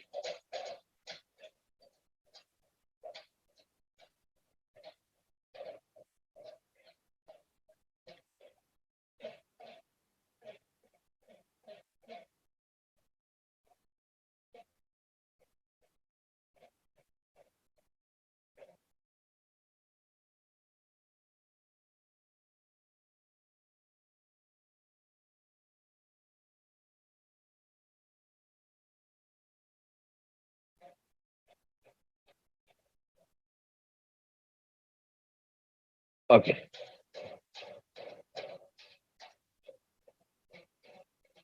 All right. So I told you the three steps, right? We will determine what is the intercept, what is the reciprocal, and then the Miller index. Okay. So in order to do that, we first of all need to write down the axes. Okay. Clearly note down the axes, the X, Y, Z. What are the intercepts? Then take the reciprocal and finally find out the middle intercept. Okay. So for plane A, if I consider this as my X axis, this as my Y axis, and this as my Z axis, what is the intercept on X? It is nothing but if I consider this as one unit, one step. Okay, so this is one, right? Similarly, on Y, this is also one, and on Z, this is also one. Okay, so I can say that my intercept will be one, one, and one on each of these three different axes, right? Now, if I take the reciprocal, this is what one by one, similarly one by one, and one by one. I need not to what you say rationalize it, and this will be what?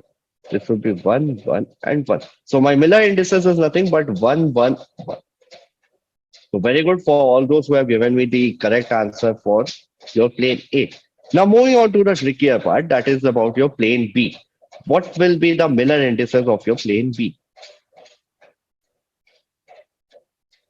Okay, so for your Miller indices of plane B, you have your intercept I, you have your reciprocal, and then finally we will calculate your Miller indices. Okay, so you have your X, Y, and Z. Okay, now the tricky part comes. I want to know what will be my X, Y, and Z intercept. If you calculate this intercept, you can easily determine what will be your Miller indices, right? So I want the answer for this. What will be my intercept for X, Y, and Z?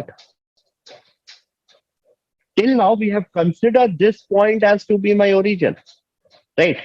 This point we have considered to be my origin, and my X, Y, and Z axes were coming out from that. Okay, but when we were discussing about the unit cell, I clearly mentioned that unit cell is what? It is nothing but the smallest repeating unit. Okay, that is every atom inside a three-dimensional space of a crystal structure is basically having an identical surrounding.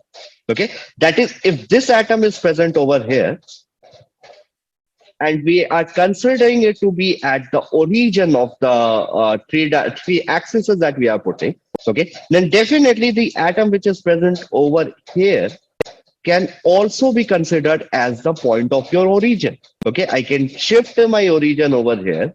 Okay, name this as my new Z axis, this as my new Y axis, and this as my new X axis, right? There will be no issues related to the shifting of my origin because every atom has an identical surrounding. Okay, so since the plane is passing through the initial origin, so I cannot determine what will be the Miller indices of the plane, right? Because if the plane is passing through the origin, I definitely need to shift my origin to the other point. Okay, so if I shift my origin to this new position, that is O dash, I'm naming it as. Okay, so what will be the intercept on my x-axis? Now people can tell me, right? What will be the intercept of this B plane on my x-axis?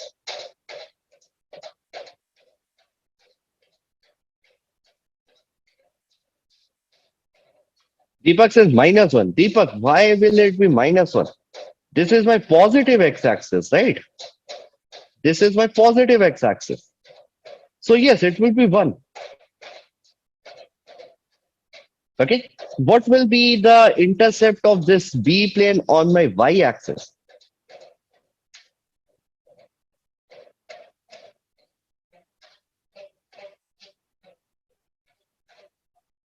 -1. Yes. Now this will be my -1.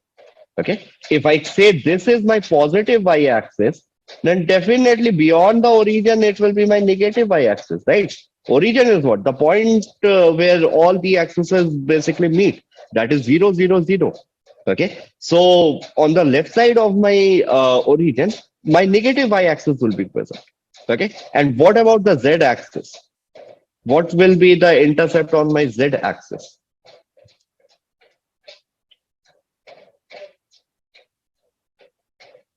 Infinite. Yes. Very good. Okay. Because it is what? This plane is parallel to my z-axis, so it is never going to intercept. Okay, so the intercept will be basically considered as infinite. So if I take the reciprocal, this will be 1 by 1, this will be 1 by -1, and this will be 1 by infinite. Okay, so considering this value, this 1, it is represented as 1 bar and 0. So the Miller indices will be 1, 1 bar, 0. Okay.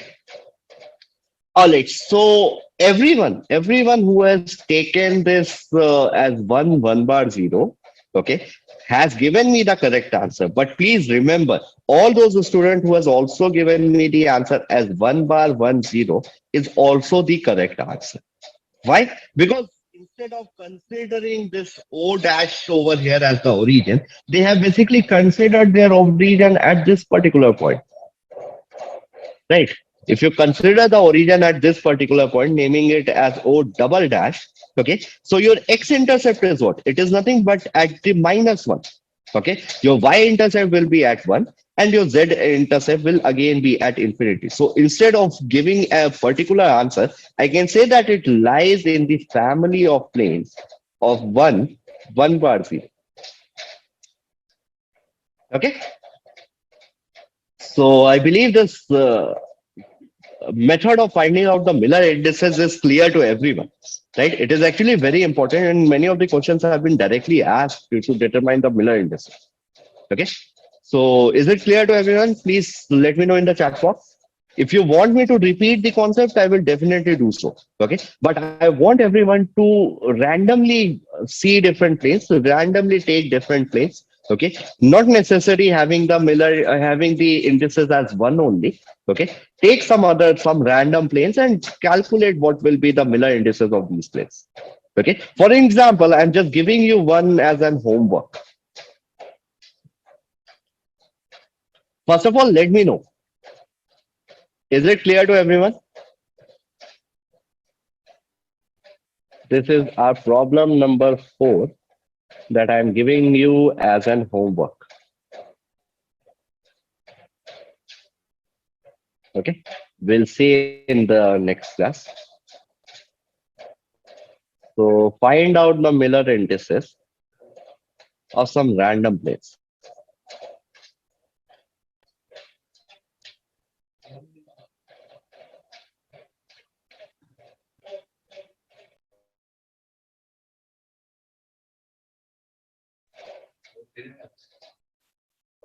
Okay, so yeah, right. So we'll be finding out the Miller indices of some random plane. I am giving you as an homework. Please solve this.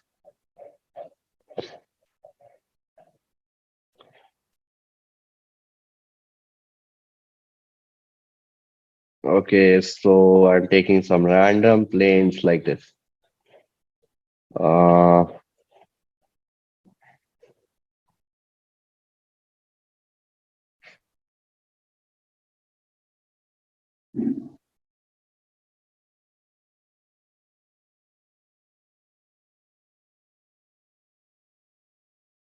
okay, so this is one of my plane. Okay, it is at 1/2 distance. Okay, from this point. Similarly, 1/2 distance from this point.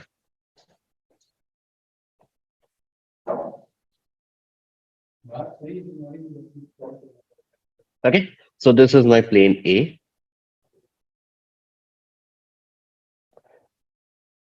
Okay, so similarly calculate for other planes as well. I'm just drawing it with different colors so that it is easier for us to remember.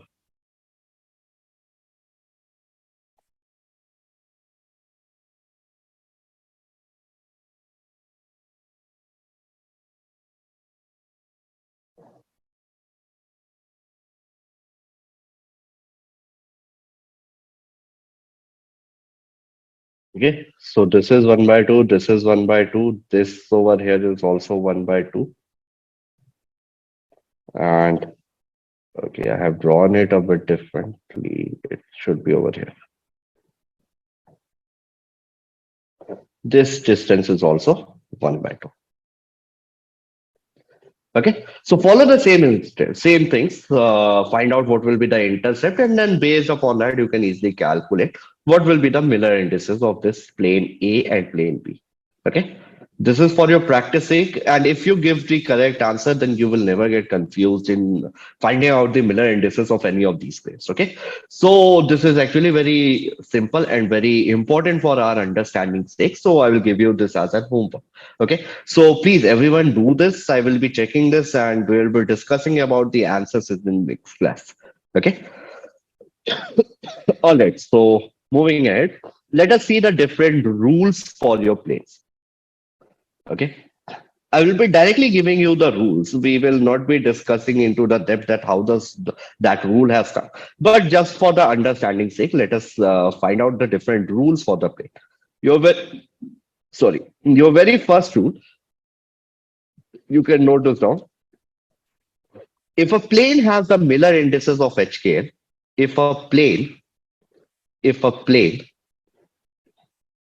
has Miller indices, has Miller indices of HKL, if a plane has Miller indices of HKL, then its normal has the direction, then its normal, then its normal. Okay, there is something wrong with the pad itself.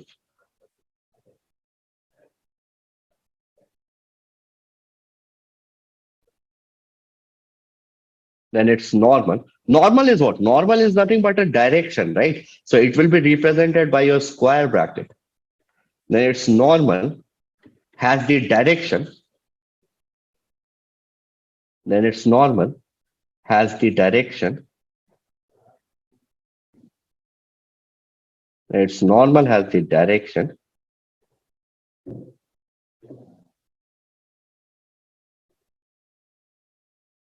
HKL. Okay. Then it's normal has the direction of HKL. Okay. So what you need to understand that if I have a plane, say I have a plane like this. This is my x-axis. This is my y-axis. And this is my z-axis. And this is my plane over here. This is what? This is just my 1-1-1 plane, a simple 1-1-1 plane. Okay. So if this plane has the intercept of 1/h, 1/k, and 1/l respectively, and I can say that the Miller indices of this plane is basically HKL. Okay. So the normal of this plane the normal that is perpendicular to this plane. This normal will basically be perpendicular to the plane. Okay. This normal will have the direction of HKL. Okay. The direction of the normal will also be HKL. It is actually very simple to calculate. I will not calculate and show it to you, but I will give you an idea of how to calculate it. Let us consider this as O, the point of origin, and the other intercepts as A, B, and C. Okay. I believe everyone is clear with the concepts of vector, right? Everyone knows how to calculate the dot products and the cross products in the vectors, right? So it is actually very simple. As I told you earlier, that taking the cross product between the two vectors will basically give you the normal or the perpendicular line between the two vectors, right? So in order to calculate the normal, okay, your normal is what? Your normal is nothing but parallel to your BC, vector BC, cross AC, right? If you take the cross product of these two vectors, it will basically give you the normal line, right? So your normal, if you take the value, if I consider this as my 1 by h of the intercept, similarly, this would be my 1 by k, okay, and this will be my 1 by L. Why I'm taking this? Because the intercept has already been mentioned, sorry, the Miller indices has already been taken as HKL. Okay, so if these are my intercept, you can easily note down what will be my normal, what will be the direction of my normal, and you can find out that the direction of your normal will be nothing but the value of your HKL respectively. Okay. All right. So if a plane has the Miller indices of HKL, then its normal has the direction of HKL. Okay. All right. So there are certain more rules which I thought of covering.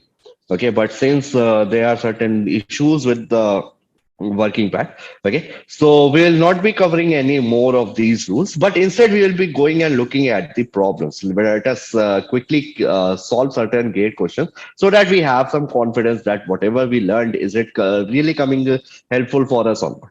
Okay. So let us start. I'm just sharing the screen, sharing the presentation. Okay. Do let me know in the chat box if it is clear to everyone.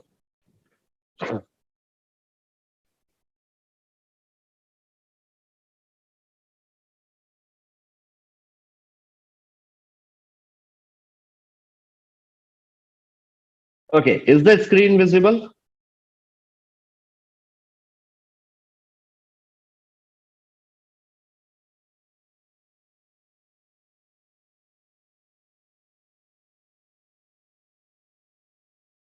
Is the screen visible to everyone? Quickly. Yes. Okay. Okay. Okay. Very good. So let us see some basic gate questions that have been asked in your gate examination. So this question was basically asked in your gate 2022. Okay. And the question says that match the following, match the nature of bonding, which is given in column one with the material in column two. Okay. We have studied the concept of your bonding in our last lecture. Okay. So let us quickly see what will be the answer for this. Okay, I want the answer from you guys. What do you think? We have discussed about this in our last lecture, right? We know that the ionic bond,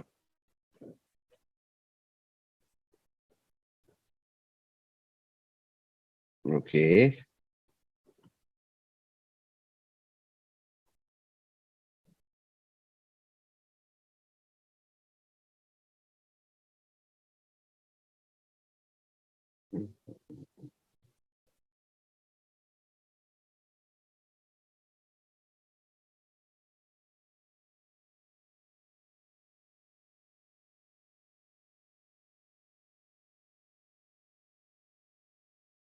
answer is D.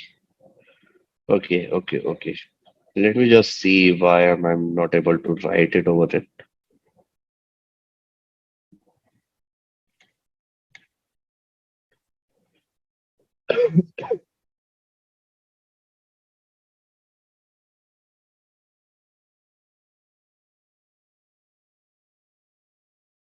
Okay, anyways.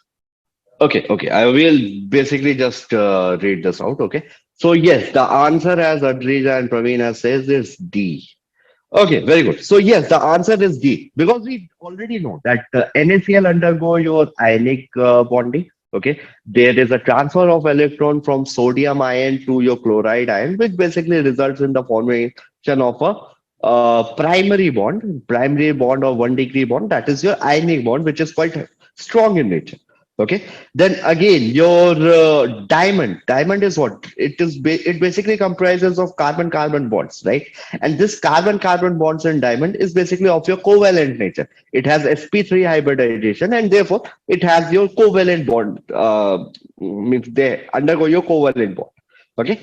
All right. Then silver. We basically know that silver undergoes your metallic bonding formation. And finally, your argon. The argon is what? It is basically solid argon. It is nothing but your what you say, the inert gas. Okay, so it already has its octet to be complete, means it has a complete octet. So it doesn't require any basic need of formation of any bond. Okay, so it basically relates with it basically have a what you say the weak or the secondary bond of in when it goes on from the gaseous state to the solid state. It basically has a small what you say secondary bonding formation. Okay. All right. So yes, the correct answer will be D.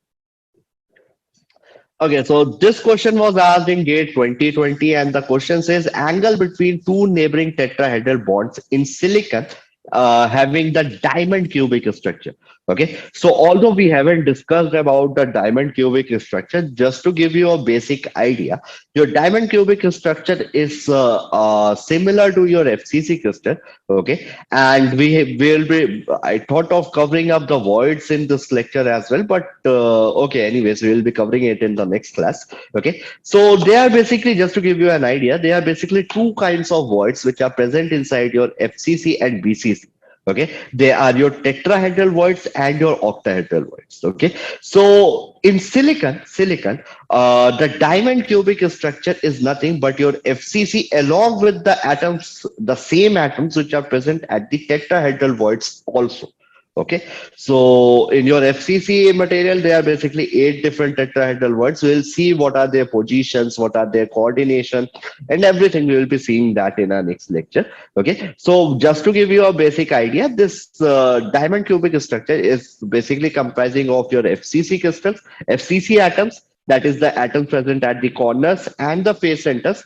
Along with this, the atoms which are present at the alternate tetrahedral voids inside the units. Okay, so they basically relates and form an angle. This angle is nothing but equal to 109.5 degree. This particular thing you need to remember. Okay, so I have directly giving you the answer of this question. That is, it is 109.5 degree. Okay, so you can note this down. The angle between two neighboring tetrahedral bonds in silicon having diamond cubic structure is nothing but 109.5 degree. Okay, that is your correct option is option B.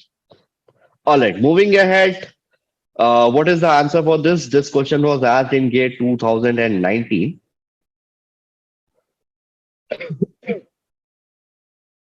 Hydrogen bonds are stronger than. What will be the answer? Praveen says C. C. That is van der Waals bonds. Right. Very good. So yes, the ionic bond, the metallic bonds, and the covalent bonds lies in the criteria of your primary bonds. That is 1 degree. Okay. Whereas your hydrogen bonds and van der Waals bonds are your secondary bonds. That is your 2 degree. And your hydrogen bonds are stronger than your van der Waals bonds. Okay. So yes, the correct answer is option C. All right. So moving ahead, the number. Please one show the last question. This one. Tetrahedral bonds in silicon having diamond cubic structure, it will be nothing but 109.5 degree. Don't worry, I will just show you that how does this value come. Okay. Okay, I will be discussing this when we will be going for the diamond cubic structure. Okay. All right. So moving ahead.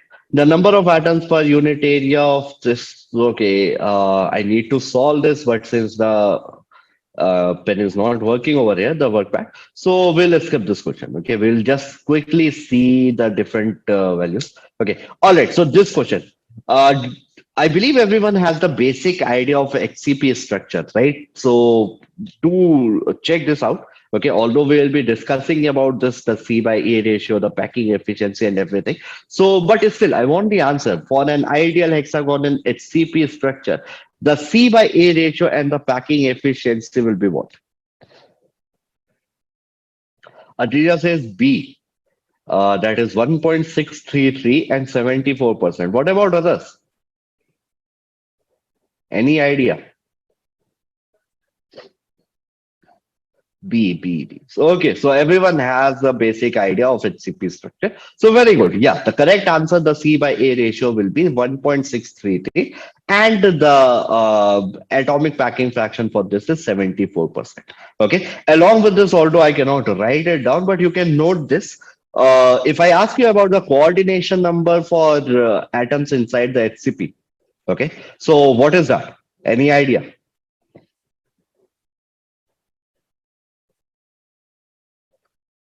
Please remember, the FCC crystal and the HCP crystal has the same coordination number and same atomic packing fraction. Okay, that is 12. Yes, very good. So the coordination number for HCP will be equal to 12 and their atomic packing fraction will be equal to 74. This is common for both your HCP and your FCC. Okay. And if I ask you about the effective number of atoms, so what will be the effective number of atoms? Any idea?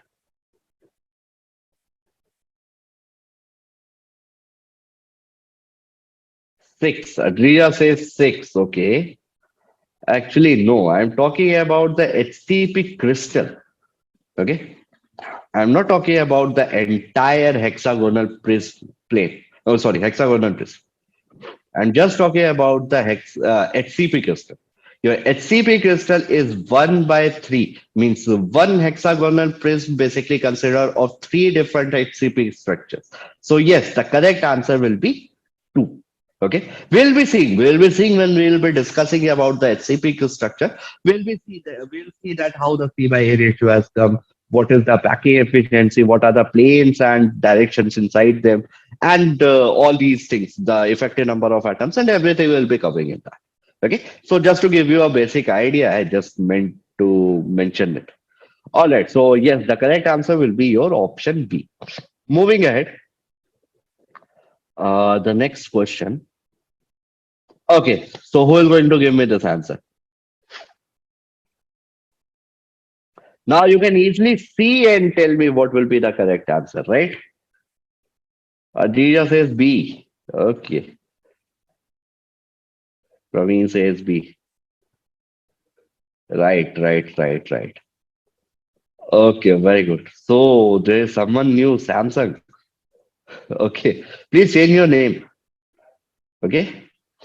All right. So yeah, the correct answer is tetragonal, right? We know that A is equal to B, not equal to C, basically represent the gonal state, and the angle of alpha equal to beta equal to gamma equal to 90 degrees, basically your tetragonal. Okay. All right. So just by seeing it, we can answer that this will be your option B. Okay. Okay. So this is about the voids we'll be covering in the next lecture. Anyways, moving ahead. Okay. This question. So the table, this question was asked in GATE 2019. You can see that how easy questions are being asked in your GATE examination. Okay, this is a 2 marks questions, and hardly it contains anything, right? So we'll be covering all the concepts in such a manner that every question seems like an easy part. Okay, so quickly, I want the answer for this. The table that is shown below, providing the correct information about the crystal structure, the coordination number, and its packing fraction. So, what will be the answer? Adija says A. Praveen says A. Okay, let us check. The FCC coordination number is 12, packing fraction 0.74, BCC 8, 0.68 and 4. Okay, so since I haven't told you about the diamond cubic, so yeah, the answers are correct. The answer is A. Because the coordination number for diamond cubic, it basically has, as I told you, alternate tetrahedral voids. And in a tetrahedral means the atoms are present at the alternate tetrahedral void position. And the tetrahedral voids are nothing but they basically forms a tetrahedron having the coordination number of 4. So yeah, the coordination number is 4 and the packing fraction is 0.34. Okay, so right. The correct answer will be this. Is it clear to everyone?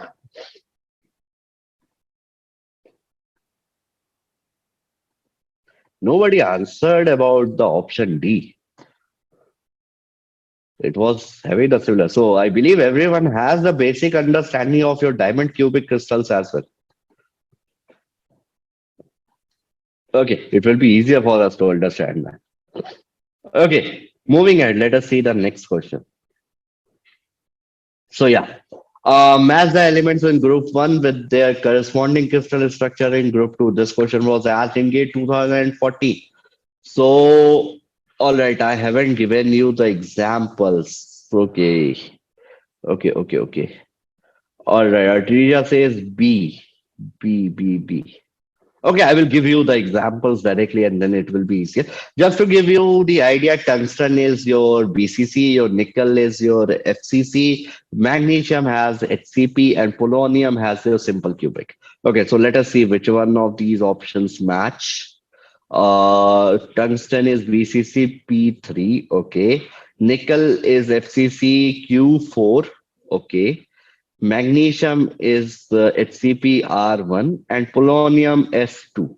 Okay, so yeah, very good. Adriza, you have given me the very correct answer. That is option B is the right answer.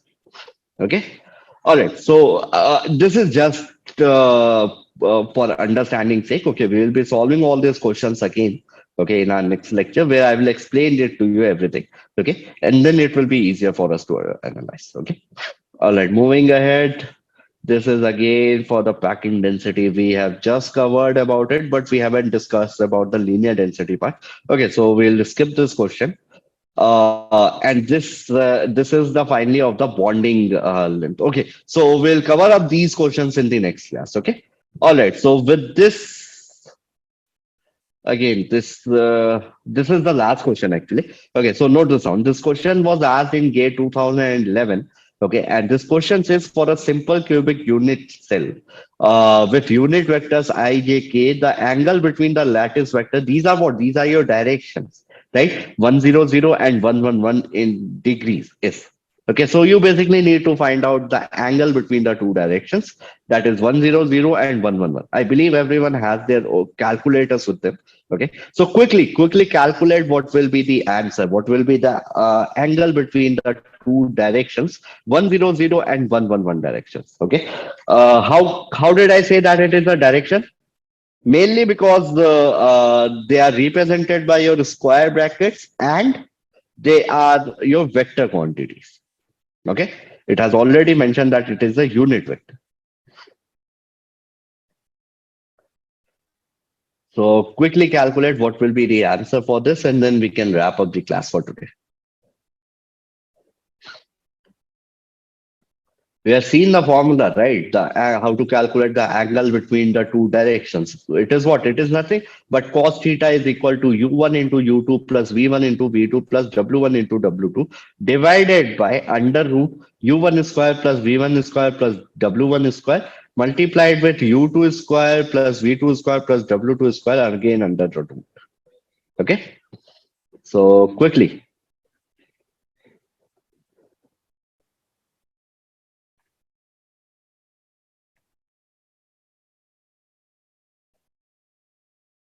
Jesus is 0.955. No, absolutely not. Okay, what is 100 direction? Let us analyze it. Let us analyze it. Praveen says 60 degree. Not exactly 60 degree. Praveen, use calculator to find out the value. Let us analyze it. What is 100 direction? Simply think that you are sitting inside a room. Okay, whichever room you are sitting inside, and that room is basically a crystal structure, a cubic crystal. Okay, the atoms at all the corners which are present over there, the atoms which are present at all the corners are basically representing the corner atoms of your crystal structure. Okay, now fix one particular position. Consider that to be an origin. Okay, so from the origin, you will have three different axes: your x-axis, your y-axis, and your z-axis. Right? So, what is the direction 100? Adria says 54.73. Yes, that is the absolutely correct answer. Okay. The correct answer will be 54.73. Okay. Now just we are visualizing. Just visualize it, because try visualizing the directions and planes whenever you are sitting in your room. Okay. This will basically help you in understanding more of the concepts in your mechanical metallurgy, and it will make the subject very easy. Okay. So let us visualize it and let us see that what are these directions and where they are present. Okay, so what is your 100 direction?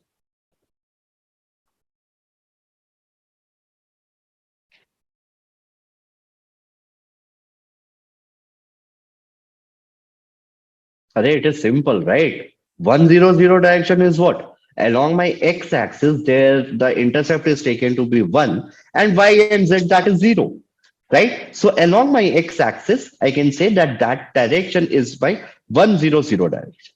Okay. Similarly, what is my 111 direction? It is nothing but the intercept. If I take the direction as my 111, then I need to go one step on my x-axis, one step on my y-axis, and one step on my z-axis, right? And then draw wherever this step is joining. We need to join that particular point with my origin to find out the direction of 111, right?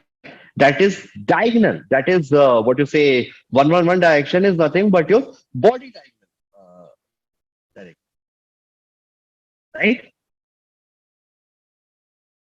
So consider if you are having one a direction which is going along my x-axis, one direction which is going along my body diagonal, then what will be the angle between them? That will be nothing but 54.73. Although you cannot imagine that, or you can consider that, but at least you will get an hint of it that what could be the possible answer. Okay. So 0.955 would definitely not be the answer. Okay. All right. So is it clear to everyone? Try taking out these kind of activities on your own. Okay. This will basically help you in understanding and visualizing the concepts of your physical metallurgy, mechanical metallurgy, and even some concepts of your thermodynamics easily to you. Okay. So with this, we end up our lecture for today. If you have any doubt, any questions related to the concepts that we have covered till now, do let me know in the chat box, and then we'll conclude the class for today. Everything that we have covered in our classes till now, is it clear to everyone? Please make an habit of revising the concepts then and then itself. Okay. Do not keep the classes means the all the concepts for later purposes. But yes, complete it in the class, and after the class, just go for the revision. Is it clear? Please let me know, and then we'll conclude the class for today.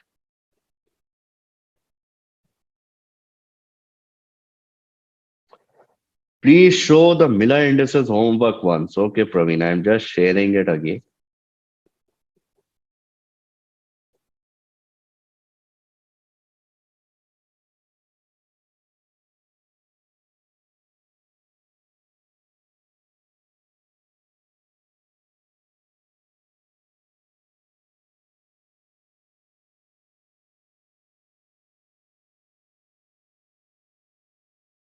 Okay, so this is my homework, question number 4.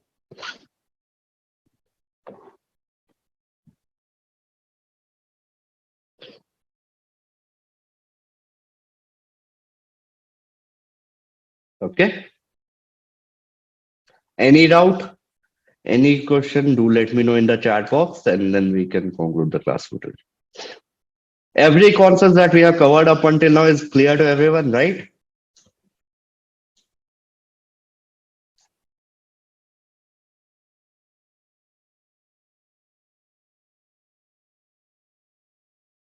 What? No one is responding. Neither saying yes or no. Is there any difficulty anyone facing? Yes, okay. What about others? Only Deepak and Adriza is actively taking part. Okay, Praveen also says yes. Okay, okay. Very good. So yeah, we just need to interact with each other. We can easily solve all the questions. No issues in that. Okay. So yeah. So if all the concepts are clear, there are no doubt related to any of them, then we can conclude the class for today. Okay. So all right. So thank you everyone.